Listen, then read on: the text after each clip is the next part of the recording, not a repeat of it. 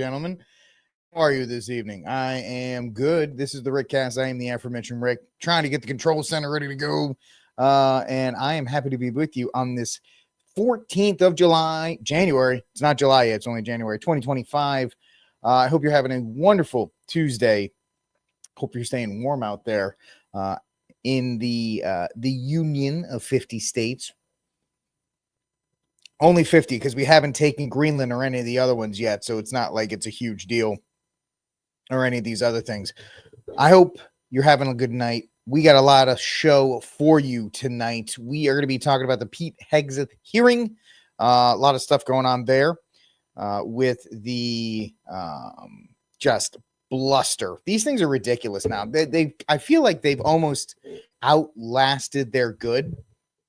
Obviously, it's a constitutional function, advised consent of the Senate. But really, what good are they doing? Because they're just used for sound bites and fundraising for both sides. Next, we're going to talk about the Benny Johnson backlash of having Andrew Tate on and the pursuit of clicks. Now, the pursuit of clicks is actually kind of going to be an underlying theme for tonight's show. That's all the Pete Hegseth hearings was. That's all Benny Johnson's doing. And the platforming, I don't want to say platforming, the interviewing of Andrew Tate. He's not the first. Candace Owens has done it. So has Tucker Carlson. But the idea of the chasing of clicks, I don't even think it's really, I'm not going to be pointing out Andrew Tate. I mean, Andrew Tate he's a disgusting human being. Certainly not beyond the redemption of our Lord and Savior. But the fact of the matter is, he's not a great dude. He's not. And we are, chasing these people in a pursuit for more clicks, in a pursuit for just this constant pursuit of content, which we're out there doing. And so it's just another symptom of that. And then Massie is the only one that doesn't really have anything to do with this theme of content tonight. But we also have Russel Brand. And it's going to be this idea that I've been talking about on X when we talk about the idea of platforming converts. And I've kind of danced around this with Nala, and I've kind of danced around this with others because there's a lot of popular content creators in the Catholic sphere that are recently converted. And they're on fire for the faith, and they want to absolutely share their message. The problem is they're too young. They're too young and they're too new. They're too babe. They're too much of a babe. And it tends to lead to bad assumptions and bad direction. So we're going to talk about how Russel Brand is the latest Christian that has converted, or person that has converted to Christianity. Supposedly, nobody knows what brand or whatever Christianity is. We're going to save that for the end. Then we'll talk about Massie being booted out of the rules committee, which is interesting because poor Thomas Massie just wants to represent Kentucky. He just wants to represent Kentucky and do it the way it's supposed to be done. Yet the poor guy, just for doing that, and he did it when it happened when he tried to stand up to the COVID stimulus. He was the only person to do that. And Trump didn't like him then, and Trump then kind of gave some flowers to him in this recent campaign because he's very popular, and he should be, because he's actually one of the few that does it the way it's supposed to be done. He's also like super duper smart. But poor Massie has to take the brunt of it from people like the MAGAs and the Mike Johnsons and all the others that are taking place. So we're going to talk about that. And that's our show for tonight. I'm glad everybody is Thomas Massie was actually removed from the rules committee. And so it's actually kind of ridiculous that this happened. Mike Johnson removed him from that. So we'll talk about how nonsensical that is and how stupid it is and how unfair it is to poor Massie. And Massie, you're right. Massie sealed. Massie isn't afraid of speaking his mind, but there are consequences to such actions. So you're right about that, Mr. Huff. It just is what it is in that regard. Anyway, like, subscribe, share, hit the notification bell on all this stuff to get the show out there as much as possible. We got people watching on the X machine.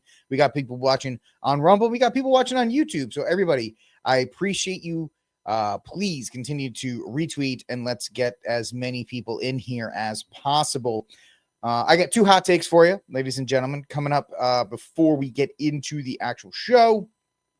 The first one is going to be it's a wild one. And a day of wild stories.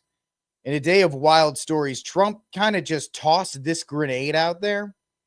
Oh yeah, by the way, we hit 101 subscribers on YouTube. So, all right. I am honored that you guys have helped get that there. Show's barely, we're not even 30 episodes in, and we're already up there. So I appreciate every one of you guys helping out and getting that number up there. So let's continue that as well. But let's get into this real quick. This is a hot take that I have, or something that will be expanded upon in the future. But Trump just kind of tossed this out today in the middle of the Pete Hegseth hearings. And I put this on his Truth Social, saying, for far too long, we relied on taxing our great people using the Internal Revenue Service, or the IRS. Through soft and pathetically weak trade agreements, the American economy has delivered growth and prosperity to the world while taxing ourselves. It is time to change that. He is announcing that he will create the External Revenue Service to collect our tariffs, duties, and all revenue that will come from foreign sources. We will begin charging those that are making money off of us with trade, and they will start paying their fair share. Finally, January 20th, 2025 is the birth date of the External Revenue Service. Make America great again. Lordy, lordy, lordy. So, are you getting rid of the IRS? I mean, that's impossible, obviously. But he's going to start taxing all tariffs, duties, and trades, and all these other kinds of things. You serious, bud? You serious about that? You're going to start bringing in some more cash on that regard? Oh, by the way, anybody that's mad about my tree, we keep these trees up till Candlemas in this house.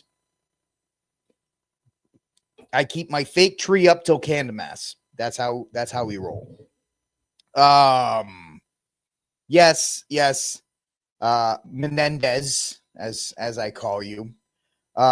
Yes, expanding the government. That's what's going on here. It looks like it's going to be interesting in that regard. And so it's funny that he just kind of dropped this, like, yeah, I'm going to create a brand new External Revenue Service. It's going to be a brand new bureaucracy that will maybe at first be good, but will eventually be sullied and foiled and just be another terrible government agency that will oppress us. So, yay. We'll see where this goes, if this even happens or not, but we'll take a look at that going forward. It's just kind of interesting you dropped this in the middle of the Hegseth, and everybody's like, wait, what? You're gonna do what? You got to grow it in order to shrink it. You got to grow it in order to shrink. You got to spend money to make money, baby. Yeah.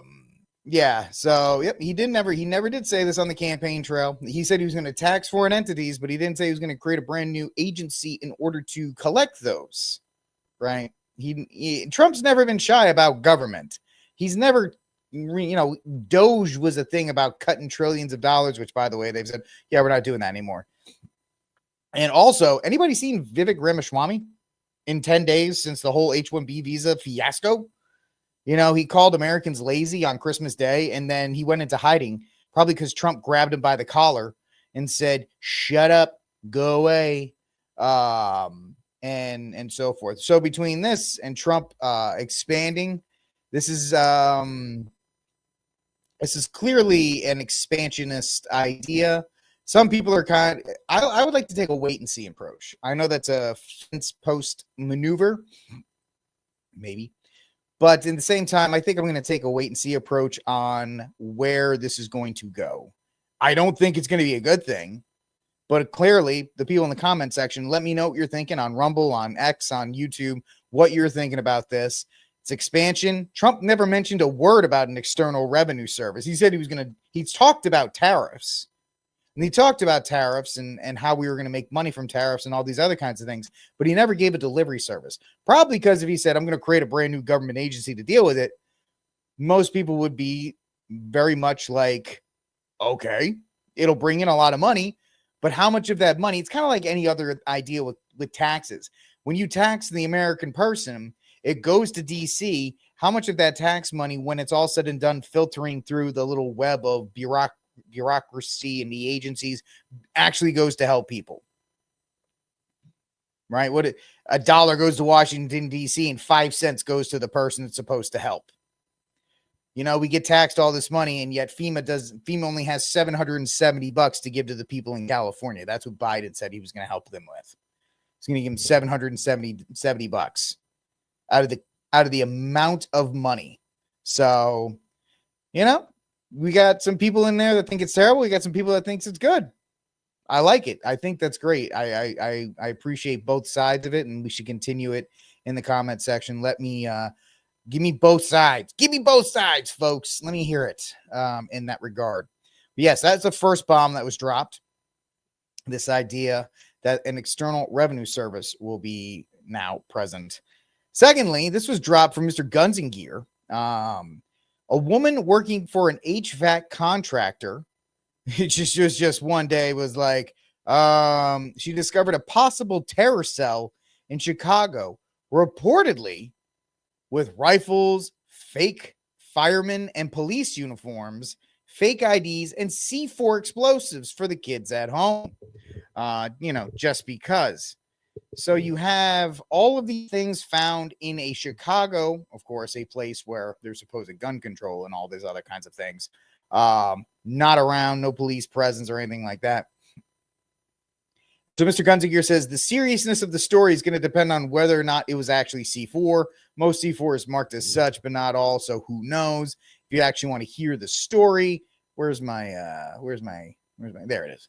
I'm so organized. I'm so organized. I'm even more organized than the organized. Take a listen to the actual report for yourself. Materials in question were apparently discovered by a contractor who was scheduled to service the units inside this apartment building. We talked to her, and what she says she found were pretty clear red flags that needed to be reported to authorities. I had the master key, and I went in there, and I came across a lot of things, and I was like, that don't seem right. Melissa Caraway works for an HVAC company that was scheduled to service units at 533 East 33rd Place in the Lake Meadows neighborhood. She says residents get advance notice that they'll be making the rounds and entering their units. When no one answered the door, she says she let herself in. I came across some C4, some explosives, a rifle, a lot of fake IDs, a lot of fireman stuff, a lot of police force stuff, and it just looked like it was fake, you know. She says the discovery happened around 10 a.m. in a unit on the 6th floor. She wasn't sure what to do at first, but says she called police about a half hour later. Video of the response shows law enforcement with ballistic shields, others with rifles. The entire building was evacuated, officers going door by door to tell residents they needed to leave. I was afraid because I didn't know what was going on. So, again, I've been out here since like 11:15, 11:30. I still don't have any information. After several hours inside, CPD says its bomb unit cleared the scene as a precaution, determining the objects were safe and posed no threat. Police say someone was placed into custody on the scene, but no further information was provided. You know, the bombing that happened in New Orleans and Vegas, so it kind of scared me. So I just want to call and check. Certainly understand her concern. Police on scene began to leave this building around 1:30 this afternoon. Residents trickling back into the building shortly thereafter. This explosive scare again resulting in one person in custody, though it's not clear how that person is connected to what police discovered inside. All right, so could this just be, as Kevin is saying, could just be some movie prop stuff?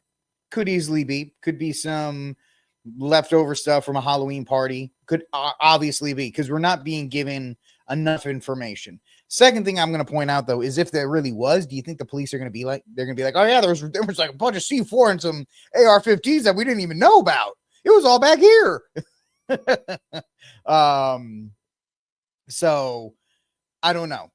I think our level of worry, for lack of a better term, is high because of what happened. Like she even said, what happened in Vegas, what happened in New Orleans, the fact that we have terror groups, we have these immigrant terror groups, cartel groups running around, taking over hotels and areas in Colorado, even one in El Paso, and all these other things. So there is we're a little bit more on edge. You could at least say that. So when reports like this come out, people are going, what's what happens when you have 10 million people show up with different agendas, and they go to these cities like Chicago, New York, LA, well, not LA anymore. And they're not tracked. They can't keep track of them because they have these housings that they're just giving away and all these other kinds of things. So it's just very interesting to look at it. This story may never pop up again. Something like this may never pop up again. But you can see why people are on edge when you go into a complex, and then all of a sudden you're sitting there and you're going, there's a lot of stuff here that we shouldn't have. And listen, I'm as 2A as it get. But if that stuff is, especially in a place like Chicago, interesting is all I'm going to say. Something to be put on the radar. We'll probably never hear about it again. And I get that. But at least you've been given an idea or just let aware of it. Could be nothing, though. It's up to you. I'm going to leave that to you to decide. Here on RickCast, I am the aforementioned Rick. I hope you're having a great evening. I unfortunately cannot cover the can. Yes, I enjoy a delicious Diet Dr. Pepper from time to time, and I think it tastes great, despite what people say. I don't think they're going to sponsor this program, so I'm not really worried. I'm not really worried about them sponsoring the program. But anyway, so that's something you get on your radar. Let's get to our first main story. Those were our two hot takes. Trump's going to create a brand new agency. Let's see what happens. I know a lot of people are like, hey, this is a terrible idea. It's more government expansion. Some people are like, it could make us a ton of money. Who knows? So we'll see about that. And that second story, could it be a nothing burger? It could absolutely be, but I at least want to get it on your radar that these kind of things are there. And let's take back and look at it in a way that people are generally on edge. I think from that story, we can take the idea that people are on edge and that people are scared. They're scared, and the safety that they once felt in this union, in their state, is gone. And that is a direct result of the policies of the last 4 years under Joe Biden. Now, will Trump fix it? I don't know. Hopefully he deports some. Now, he doesn't need to deport all 15 million, whatever it is. If he deports 5 million and then you cut off benefits to illegal immigrants, most of them will self-deport. A lot of them will self-deport if you make it harder for them, stop giving them free housing. Make raids into places. Once you start doing these things, a lot of people are going to go, I ain't doing this no more. I'm going to leave. Like they were doing under Trump. So maybe if you just reestablish the ideas of law and order, they'll come back. Are we too far gone from that? I don't know. We'll see what the next 4 years have in store for us. Let's get to our first story of the day here on RickCast. He did? Really? I was a babe during the Clinton years, which makes me feel old. 11 million in 8 years. You can deport. You just have to have the political will. Let's see how much the left pushes back on these, because exactly as soon as the left starts doing as soon as they start doing the deportations, they're going to find the most gut-wrenching story. Look at this child, the kid that they didn't care about. They're going to be, look at this child, look at all these things, you're killing him. They're going to prop out the tears. and just cry all day. And they're going to find this one old lady. She's been here her whole life and now they're deporting her. Is she illegal? Yes. Sorry. So let's see here. Hey, people are going to do what they're going to do, man. It's all right. So it is what it is. I appreciate the stuff in the comment section. You guys do what you got to do. Just keep it civil. That's all I care about. But I agree. I think disagreement is great in there. Let's get to our first story. Pete Hegseth, the first hearing for Trump as Trump's getting inaugurated next week. Confirmation of his cabinet is beginning, and they're just going to start with Pete Hegseth, right? They're going to start off with a bang here. And you know, I was listening to the coverage. I listened to most of it this morning, popped into a few different channels. Benny Johnson, ironically enough, I listened to a little bit of his, a little bit of mainstream, a little bit of the Crusade channel. I like Mike Church's analysis there that they're going to try and find they're going to try and Brett Kavanaugh playbook. They're going to try and find somebody with that. I think if you are Hegseth's circle, you need to close ranks around him because they're going to send the finest honeypots his way in the next 48 hours to try and get something on him. They're going to try and get something on him because they're going to go after the female angle. It was like nails on a chalkboard. Every time it was a female Democratic senator got the microphone and screeched for 5 minutes straight. And so we have a couple of the highlights from the confirmation hearing. Let's see. The big thing, you had two narratives going here. On the left, you had the women going after his supposed drinking problem, quote unquote, which is hysterical when you think of Washington, D.C. And then you had the misconduct or his past, his provocative past, let's say, which isn't even that provocative when you look at it, when you actually look at the facts of the case. But they went with that. So on the right, you had Republicans praising Hegseth for his lack of high-level leadership. It's time to give somebody with dust on his boots. It's time to give someone with dust on his boots the helm. Hegseth would not be the first defense secretary to serve in combat. Far from it. Array of previous secretary of combat service dodging bombs, leading troops in the fight, including current defense secretary Lloyd Austin, who was a leader of the initial invasion of Iraq. Lieutenant Colonel Jim Mattis, Trump's first Secretary of Defense, fought in the Gulf War and later retired as a 4-star general. So the big thing that the left was trying to do to Hegseth was say, you're not qualified because you weren't a general. I know, Duckworth, which was embarrassing. I know it's a girl power moment that she was trying to have. It was embarrassing to watch Duckworth just, do you know what this treaty is? Do you know what that treaty is? No, you don't. They would ask a question and then they would talk over him. Right. And I'll show you a couple examples. They would ask a question and they would talk over him. And they would ask a question and they would talk over him. And they would try to do the Cory Booker line of questioning that Cory Booker did during the Kavanaugh hearing. When he said, do you like beer? And Kavanaugh would say, well, he's like, so that's a yes. Like they try to use their law degrees that they've never used in their life. So they all try to play impressive lawyer. Did you do this? Yes. Did you? I'll take that as a yes, or I'll take that as a no. And so it was just, it didn't do anything. Nobody is thinking that a guy who served in the military, he went to Harvard. I think he went to Harvard and Stanford. I know he went to Harvard. He's got education. He's got service. I'm sure the guy knows how to run an organization. He's been in the throes of combat, which is a big deal. It's actually nice to have somebody who served on the ground. I know they said Lloyd Austin served in the first Gulf War. If you remember the first Gulf War, it's not like Lloyd Austin, for his service, wasn't on the front lines. Pete Hegseth was actually in the ditches fighting. Lloyd Austin, not so much. Not a knock on his service, but you can't really convince the two. And then the second one was Hegseth being attacked for his lack of character, which once again, Washington, D.C. senators attacking somebody's person or somebody's character is hysterical.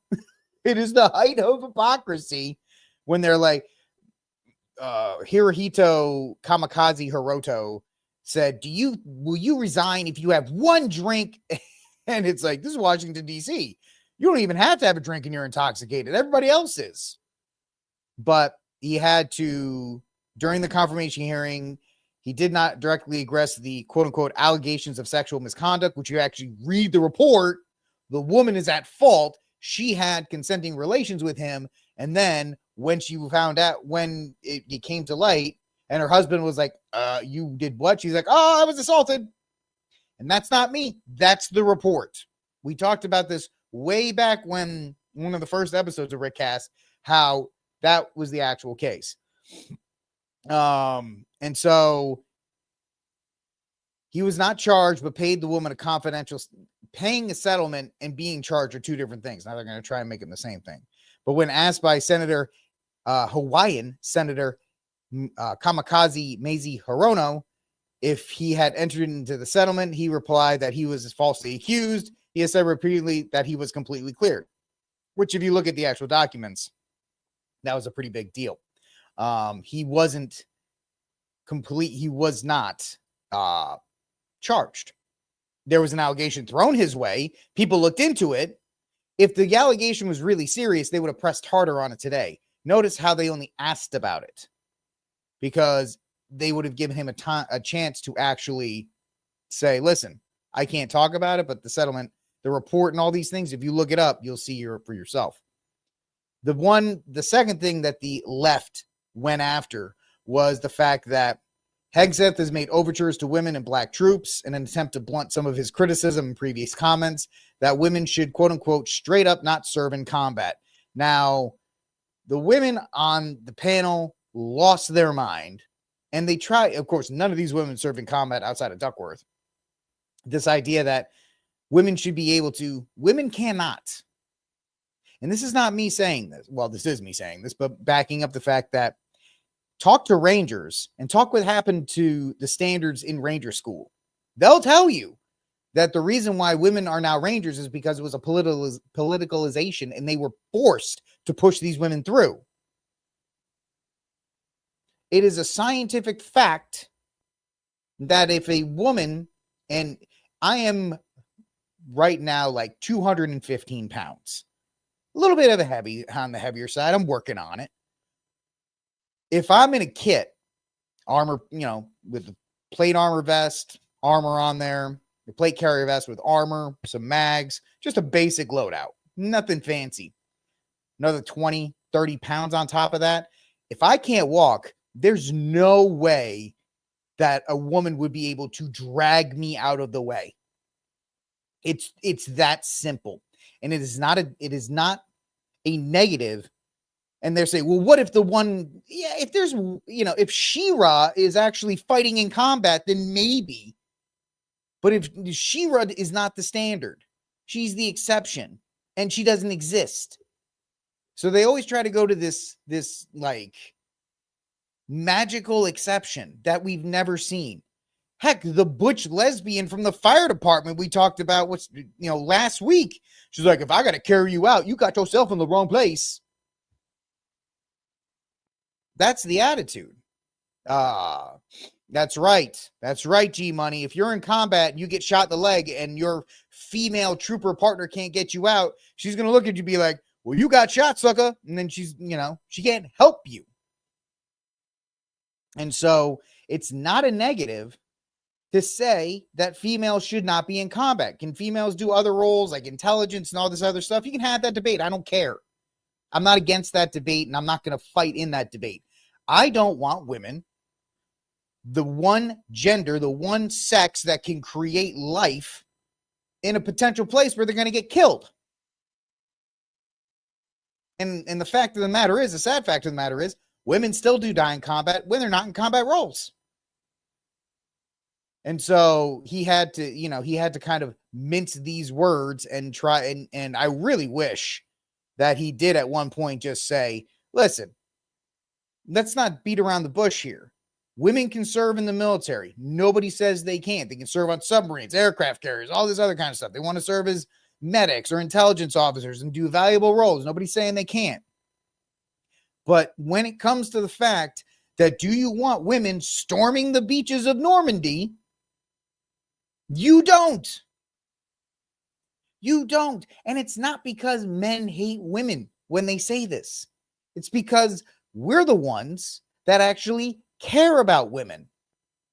We're the ones who are saying, listen, you shouldn't be in the situation. Well, I want to do it for your own good. As soon as you get in there, you're going to realize that you can't be there, that you cannot be in this place.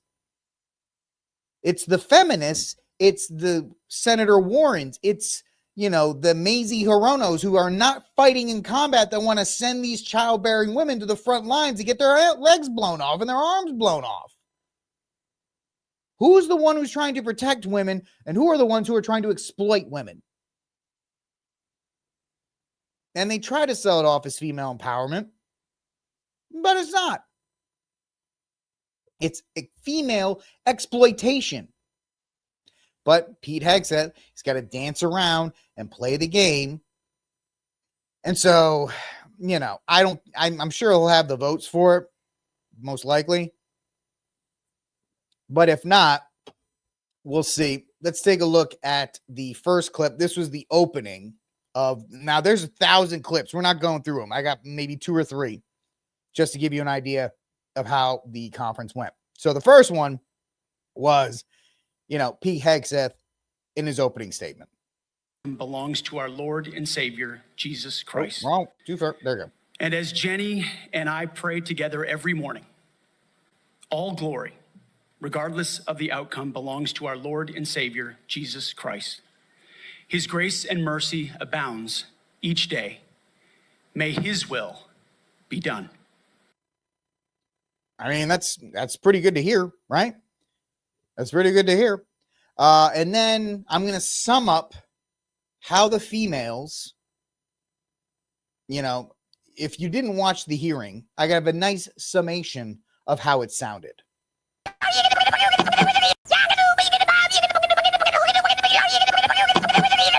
Oh my God, bro. So that's pretty much what it sounded like the entire day. Screeching, moaning, yelling, crying, all of the stuff that you just could not just deal with. Every time they got their hands on this, they started just, can you do this? Can you do that? Blah, blah, blah, trying to get the one off. And the big problem with all of this is, simply put, they're all looking for the gotcha moments. They're all looking for the gotcha moments that they can put on Twitter, or put on X, or on Facebook, or on a campaign page to be like, look, we got him. I have a gotcha moment from today's hearing, and look how great it was, and blah, blah, blah. And so and all of these women, and I think Hegseth had it right when he said throughout the hearing that policy, and that includes females on the front lines. I'm not going to say in the military. I'll say on the front lines in combat, because that's what I mean. Putting females in combat frontline roles is a policy made by women who are past their childbearing age, who will never have to deal with it. You put Elizabeth Warren's kid, if any of these women, these female senators, have children, put them in the combat roles and put them in the infantry if you think it's such a great idea. It's that simple. If you think they should be in the infantry, then your daughter should be the first ones in. That's it. That's how it goes. And then finally, there was the exchange between Hiroto and Hegseth was brutal, but just to give you an idea of how foolish the line of questioning is, check out this ditty. Hold on, I want to give you the full breadth of how dumb these questions are.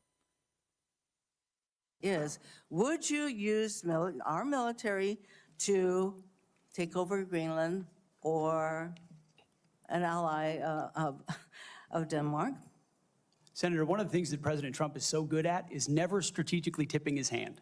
And so I would never in this public forum give one way or another direct what orders the president would give me in any context. That sounds to me that you would contemplate carrying out such an order to basically invade Greenland and take over the Panama Canal. First of all, the Salvation Army could take over Greenland if they really wanted. So this idea that the U.S. is we could send in the merchant marines and take over Greenland. There's 50,000 people, but this line of questioning that they're trying to use, that he's going to be some kind of reckless despot who's going to run the military, like, you know, he's like the guy in Germany in 45 and taking over other places. Yeah, Hiroza, she sounded like she was had too much sake. That's all I'm going to say about that. Sounded like she had one too many before the hearing started, and it was pretty gosh awful to watch. So you had that one, and then the moment of all moments was between her and Chief Warren. If you want to take a look, that every general who serves should not go directly into the defense industry for 10 years. You're not willing to make that same pledge? I'm not a general, Senator. You'll be the one, let us just be clear, in charge of the generals. So you're saying sauce for the goose, but certainly not sauce for the gander? I would want to see what the policy of the president I'll is. bet you would. Thank you, Senator Warren. Senator Tuberville. Thank you, Mr. Chairman, and thank you for your hard work and your committee's hard work, Mr. Chairman. This has gone well. I'd like to submit this letter. And then he calls him governor. He calls him general. The fact that she's like, "What about this?" He did have a good moment. He's like, "I'm not a general. I don't know what you're talking about." But the fact that they're just trying so desperately to get these gotcha clips, to get you these gotcha moments, it's pretty pathetic to watch. And it's just another day. We're gonna go through this with Tulsi Gabbard, with RFK, with Pam Bondi. Pam Bondi is going to be tough because I'm not a big fan of hers.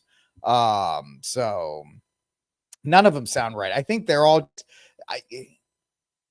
just so hyped up on trying to get him that they're just on a different level. They're just on a different level, and they're just not right in the head, which we knew about in the first place.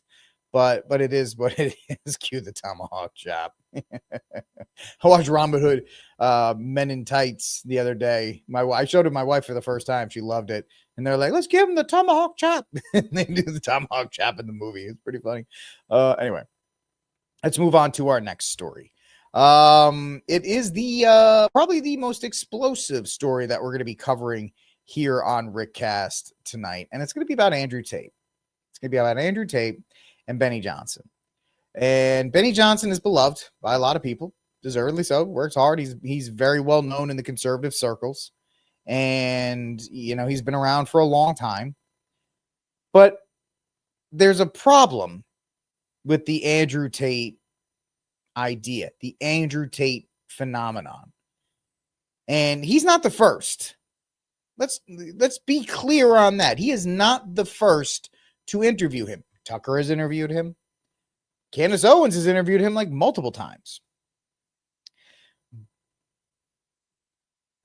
But Andrew Tate represents the pinnacle of chasing for clicks, of chasing for clout, of trying to get the most viral moment that you can. Now, personally, I think Andrew Tate is not a person to be looked up to. Yeah, he owns the feminists, right? He quote unquote owns the feminists, and he is a result of 50 plus years of man-hating feminism. He is essentially he is the result of the disease of feminism. It's an easy way to put it. He is a result of the disease of feminism. Because feminism is the way it is, he is a result of it. He was the natural, right? He was the natural evolution of this entire period of hating men. They were going to find somebody like him. Now, he's been on He's been on an Alex Jones show. He's been on a bunch of different shows. He's a self-stated Muslim. He has a past of exploiting women. This is his own words. And you can't come after me legally. A, defamation is very hard to prove. And B, there's plenty of videos anybody can pull out about him talking about the exploitation of women, the cam girls that he made his money on. He is a self-professed entrepreneur in adult entertainment, as I'm trying to dance around the censors at YouTube. He's had abuse charges leveled against him. Now, the latest ones were dismissed pretty much on a technicality. And there's this idea that Christian people, Candace Owens is a Catholic, Tucker's not a stated, he doesn't wear his faith on his sleeve, but he says he's like an Anglican, I believe. And Benny Johnson talks about being a Christian. Why do Christians feel they have to platform this man? No, I don't want to use the word platforming because it's such a loaded term. Interview him, bring him to light. Why do we have to keep using him for clicks? It's because in this age of content, when we need to spice things up. Now, Benny Johnson has absolutely accomplished his mission. He got the notoriety, he got the clips, he's got all of these things that he wanted. We're talking about it. And that's what Andrew Tate does for you. He gets you attention. Now, they say it's kind of like the old saying, all news is good news, or all publicity is good publicity. All talking about is all talking about it. But the fact is, how are you going to explain to your family when you interview a guy like this? Ben Johnson has every right to interview him. Every right. I wouldn't interview Andrew Tate. And if I did interview Andrew Tate, I'd ask him why he self-identifies as a Muslim. What's the appeal? And when he starts giving me the gibberish, I'll push back on it. But this whole plan and this whole thing that we need to do constantly of trying to get attention in this huge market of social media, of YouTube, of all these places, everybody essentially has to turn into a shock jock. And we have to all do that. Now, I won't do that on RickCast because I have to be held out and I have to be accountable for the things I post and the things I talk about. But this is just from Mediaite. Anina Haba, or Aliyah Haba, whatever her name is, Trump's lawyer, bashed for praising Andrew Tate. So Trump's lawyer and incoming counselor to the president, Alina Haba, was kicked all over Twitter for praising Andrew Tate in an interview, including by conservatives and supporters of President-elect Donald Trump. Tate is a self-professed misogynist and quote-unquote influencer who was arrested in Romania in 2023 on charges of human trafficking, sexual assault, and organized crime, and again in 2024 on suspicion of rape and sexual trafficking from a years-old UK incident. Charges Tate denies. Now, of course, these are all allegations. He has to have his day in court. That's it. But among revelations in the case are disturbing messages he sent to his accusers, including in one text which he allegedly told a woman something that I will not say on air. You can read it if you'd like. He's also had a history of saying things about abusing women. And that's how he got his fame on TikTok. He got it by saying women are, good for one thing. Women are this, women are that. He has lessened the conversation. And how are we supposed to approach these kinds of things? He's not a good person. I think Benny Johnson will probably agree. So why talk to him? And why praise him? And why even give him this opportunity like he did here? We have a special guest that is joining us right now, somebody who noticed that you would be on our show and wanted to say hello. This is the attorney for President Trump, somebody who has been a fighter for the America First Party. Her name is Alina Haba. It's Alina Haba. There you go. So for next time. And she joins us live right now. Hi. Hello, Alina. Hi. Hello. Nice to meet you. I'm a big fan. Well, nice. So why are you a big fan? A big fan of what? See, this is a problem. And Tate is a symptom of a larger problem in conservative circles. If it gets us clicks, if it owns the libs, if it owns feminism, then he's on our side. If he says one or two things that we agree with, he's on our side. Right? That's the whole point. If they say one or two things that they agree with, then that's one of the good guys, which he's not. I mean, I'm a fan. You're the one saving Trump. You're doing more important work than me. America, not just Trump. And I agree with everything you just said. And I think that your anger is the same that President Trump has for our country. And imagine you're Trump. Imagine you're Trump and this idiot who obviously is doing the the Joy Taylor treatment, if you know what I'm talking about. He's out there being like, you're just like Trump. He's like, lady, what are you talking about? What? Shut up for 5 minutes. Don't compare me to this piece of garbage. And the time is now for us to stop being wimps. I think that's exactly the right sentiment. And I also see this idea that we got to be tough, that we have to be misogynist, that we have to be macho men, we have to do all these other things. This dude's not the guy. He's not the guy. You know who is the guy? Let me say this loud and clear. You want the guy, and this may turn some people off. I don't care. Buckle up. You want the guy. You want the ultimate example of masculinity. It's not Andrew Tate. It's our Lord and Savior, Jesus Christ. Not this guy. And when you're a supposed Christian and you're putting this guy up and you're like, this is the guy that's going to fight, and this is the macho guy, and this is his idea of machismo, which is, abusing women, making money. It's all selfish. It's all shallow. And the fact is, men have been abandoned that this is the only things that they're looking to get. Steph, you're right about that. Like I said, she's doing the Joy Taylor treatment. But the fact is, folks, we've lost the plot when it comes to masculinity. Andrew Tate is no different than your steak and cigar conservatives, or even your steak and cigar Catholics. To be a man, quote unquote, on social media, you have to either grill steak or smoke cigars. That's it. Every single person in their profile pic either has steak, or they're smoking a cigar, or they're doing one of these three things, because they cannot authenticate actual masculinity.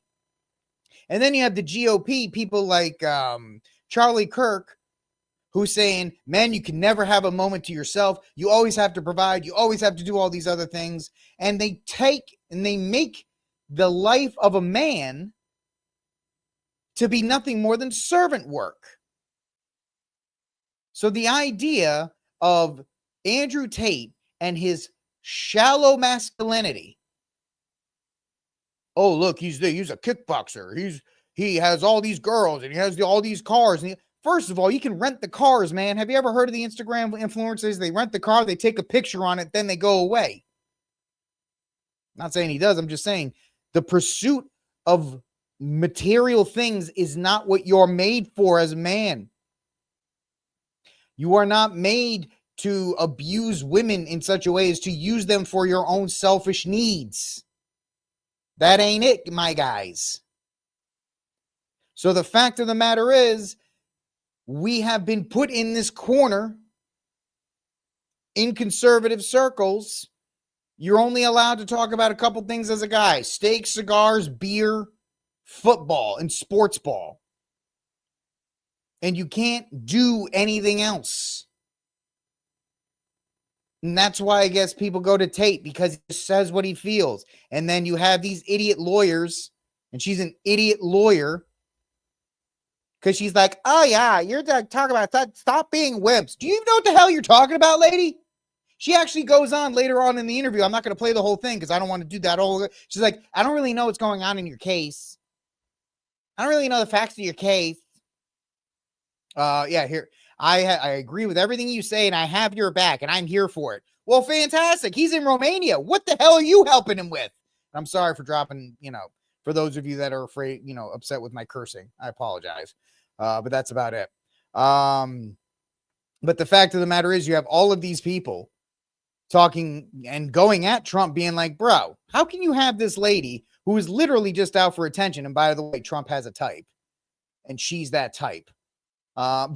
She's also the attorney that ended up Trump getting 34 felonies. Oh, I am calling out Charlie Kirk. I don't like Charlie. I think Charlie Kirk has been an absolute detriment to the conservative cause. I hate that's why I made fun of the TPUSA convention, and I made fun of them, and I called out the fact that they brought on Cenk Uygur from the Young Turks, who would never bring on a conservative if the roles were reversed.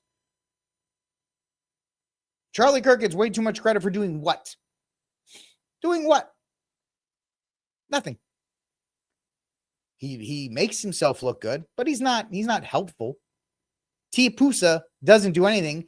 I'm about to go off on just buckle up. TPUSA kind of follows the Andrew Tate model. What do? They find 19-year-old girls in college. They put them in front of a microphone and a camera. They give them 3 talking points and they shove it online. Because if you ever talk to one of those TPUSA representatives, TPUSAs, and you ever ask them one question, like, yeah, I believe in like lower taxes and like our freedoms. And then you ask them the second layer deep question, and they go, like our freedoms and like America. And that's not their fault. They're being used by Charlie Kirk, but that's the idea.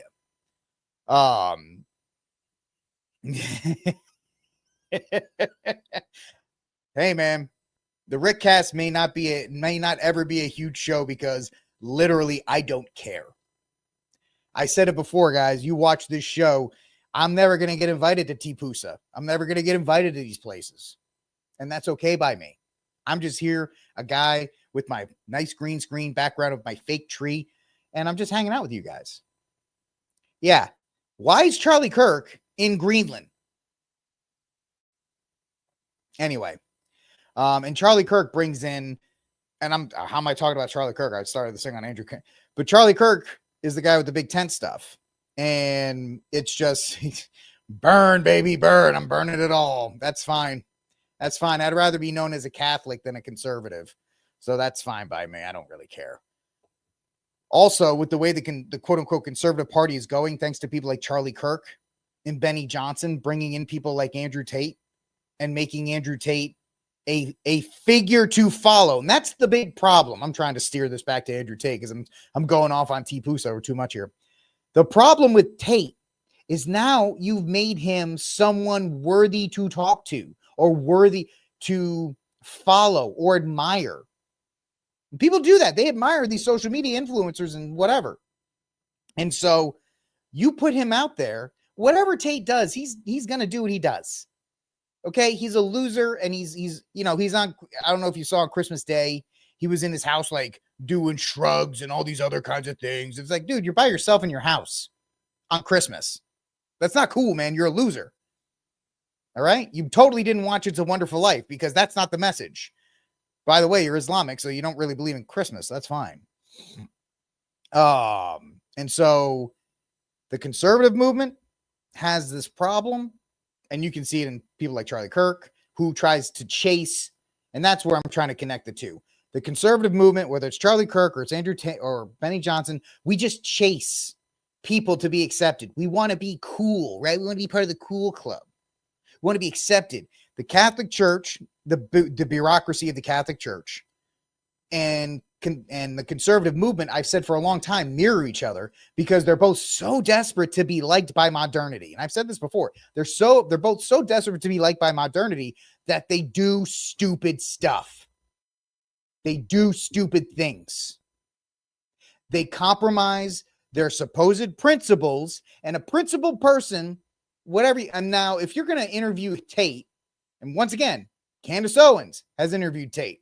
Tucker Carlson has interviewed Tate. So it's not just Benny Johnson. I will apply this to all of them. If you want to actually talk to Andrew Tate and question, how are you so famous despite the fact that you do terrible things to women?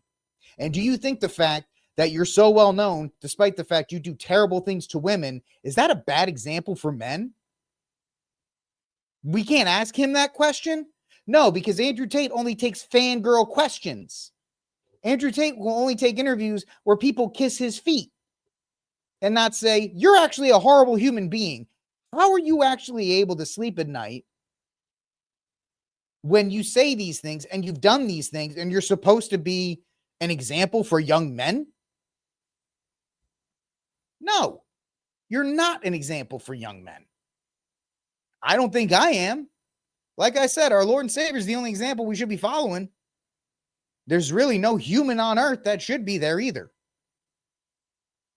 And so I think this show is going to go way over an hour tonight. Welcome to RickCast. I am the aforementioned Rick. Apparently, I got the spicy Dr. Pepper tonight. I got the spicy one. I thought it was zero, but apparently it's the spicy one. But yeah, Haba, I already forgot. Haba, whatever her name is. That's what I'm talking about.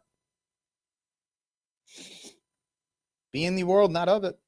Too many people, they try to walk that line. And there's a lot of Catholics that do the same thing. Last thing, and this won't be a part of the clip, so I can say this. I kind of feel like that with Catholics and Joe Rogan.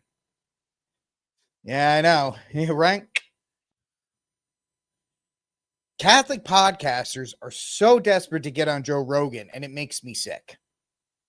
Now, Joe Rogan apparently is moving. He used to be very anti-Catholic. He's apparently moving a little bit towards, but the dude is not, he's fine, whatever, do your thing, buddy. But the fact of the matter is, why Catholics are falling over themselves, Taylor Marshall and Eric Sammons and all these other guys are just so, who should be the next Catholic to go on Joe Rogan? Because Mel went on and blah, blah. Mel's a famous actor. He's going to go on Joe Rogan because, and he's going to do it because that's Mel Gibson. If Mel Gibson calls you up and is like, hey, I want to talk on your podcast, everybody's going to let him on. You'd be stupid not to. But the fact is that all these other Catholic podcasters are tripping over themselves trying to get on Rogan and he's just going to eat y'all up. The only one that can do this is maybe Kevin James, because James has been on there enough times. Okay? James has been on there and he's got a rapport. That's about it. All you other guys are so desperate to get on there, he's going to chew you up. But we have to. And I know some people look at me, oh, Rick, what about evangelizing? Fine. Whatever, man. But don't chase. If he invites you, great. But don't be like, Joe, please let me on your show. I want to be on your show so bad. Oh, please. It's pathetic.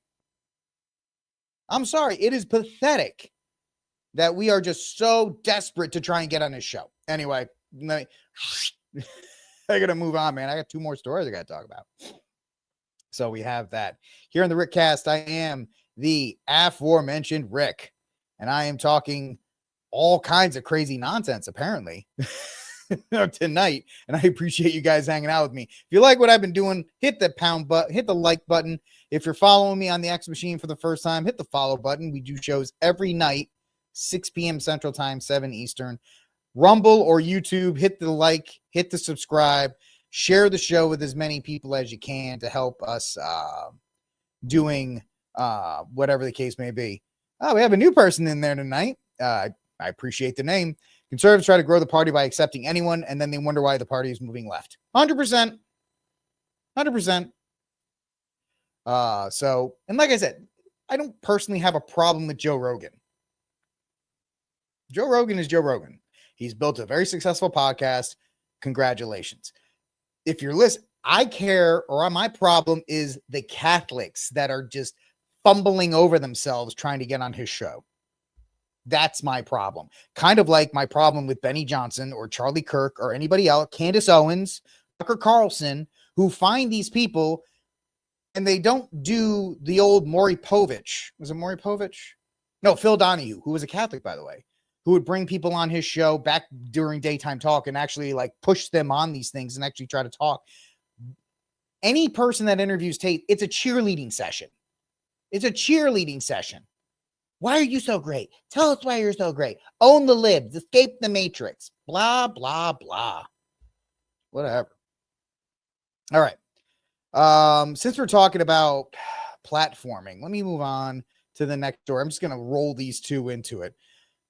So, speaking of platforming people that shouldn't be there, I have a huge problem with converts who then become people in positions of power, and Russell Brand is one of them. And I get it's another pursuit of clicks. We sacrifice the faith to get these people positions. Nala, the OF model who converted, and then all of a sudden 2 weeks later she's on Michael Knowles' show talking about her journey. She's been there 45 seconds. What journey has she had that she can talk to you about? Now, if she's a convert, obviously that makes me happy. Every single person that converts and comes back home to the Catholic, especially the Catholic Church, I'm ecstatic for. Because the alternative is not great. Right? But when we take these people and we elevate them, and there's a lot of Catholics, like a lot of Catholic podcasts, these people show up 2 days ago, and they're like, follow me on my conversion journey. So why are you leading men? And guess what? If these guys actually read their Bible, they would see 1 Timothy 3:6. He must not be a recent convert, or he may become conceited and fall under the same judgment as the devil. That's all it says, man. And what happens? You get fools and clowns like Russell Brand. What am I talking about? Take a look. Self. We are now that we. First of all, what is this? You're British, buddy. Why are you wearing that hat? Did you lose a bet? We are tethered potentially to continual self. We are going to have to, I believe, learn new ways of understanding Scripture and new ways of receiving Him. Because as the word was written in the language of its time, anticipating all time, for surely He exists beyond time and beyond space and outside of the sense. What are you talking about? Are you on drugs? Are you high right now? The ultimate reality is beyond the conditions of our reality as we appreciate and receive it. We, as inhabitants of this realm, are going to have to learn how to operate within technology. Otherwise, that technology, I reckon it could become pretty Luciferian. It could become a kind of false light. What? Now, if you want to... The whole point is, man, you're not a leader, dude. But the problem is these people get... They post a couple things, they flash a rosary, they flash a Bible verse, and then the Catholic, especially the Catholic world, just comes a running. Oh, come on my show, come on my podcast. Oh, come talk to me, please. Tell us your journey. And then he's up there in a cowboy hat talking about like whatever he's talking about.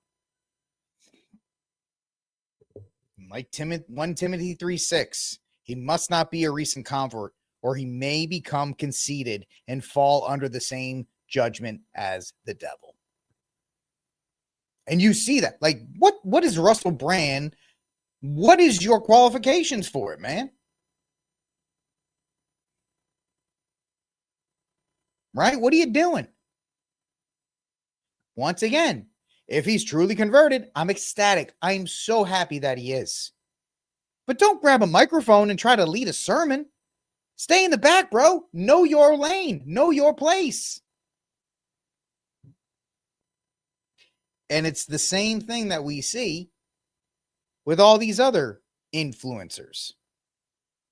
You know, whether it's the Nala girl, whether it's Russell Brand, you know, all of a sudden these guys are on the Hollowed app.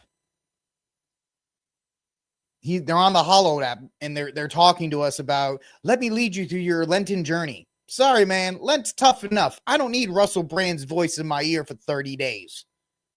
Thanks, though. Appreciate it, brah. It's the watering down.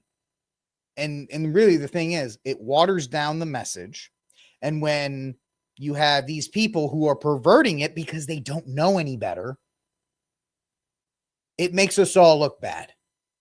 It makes us all look bad, and it makes the message even more difficult at this point. So that's just a quick one with that here on RickCast. I'm the aforementioned Rick. Not a big fan of recent converts, as you can tell, but that's okay. And I'm glad you guys are hanging out with me. Like, subscribe, share, hit that notification bell. And I appreciate you guys as we fly over. We'll probably be here for another 10, 15 minutes. Not expected, but I'm very happy that we're holding our numbers. Our numbers are not big, but our numbers are pretty consistent. And I'm very thankful to all y'all for hanging out with me this far. Last story. We'll do some political stuff towards the end. So Mike Johnson critic taken off the Powerful Rules Committee. It's by Andrew I don't care. Thomas Massie has been removed from the House Rules Committee after being the lone vote against Speaker Mike Johnson's re-election. Why does this matter? Massie's departure from the influential panel could make it easier for Johnson to get legislation to the House floor. He has been replaced with Representative Morgan Griffin from Virginia, a low-key member, i.e. doesn't cause any trouble, of the right-wing House Freedom Caucus, who rarely joins his colleagues' rebellion against leadership. Johnson had often bypassed the panel last Congress and relies on Democratic votes to pass key legislation. Massie, hardline conservative libertarian, said after voting against Johnson January 3rd that he would step off the panel voluntarily. The House Republican Conference voted in a closed-door meeting Tuesday morning to approve a new committee roster that excludes Massie.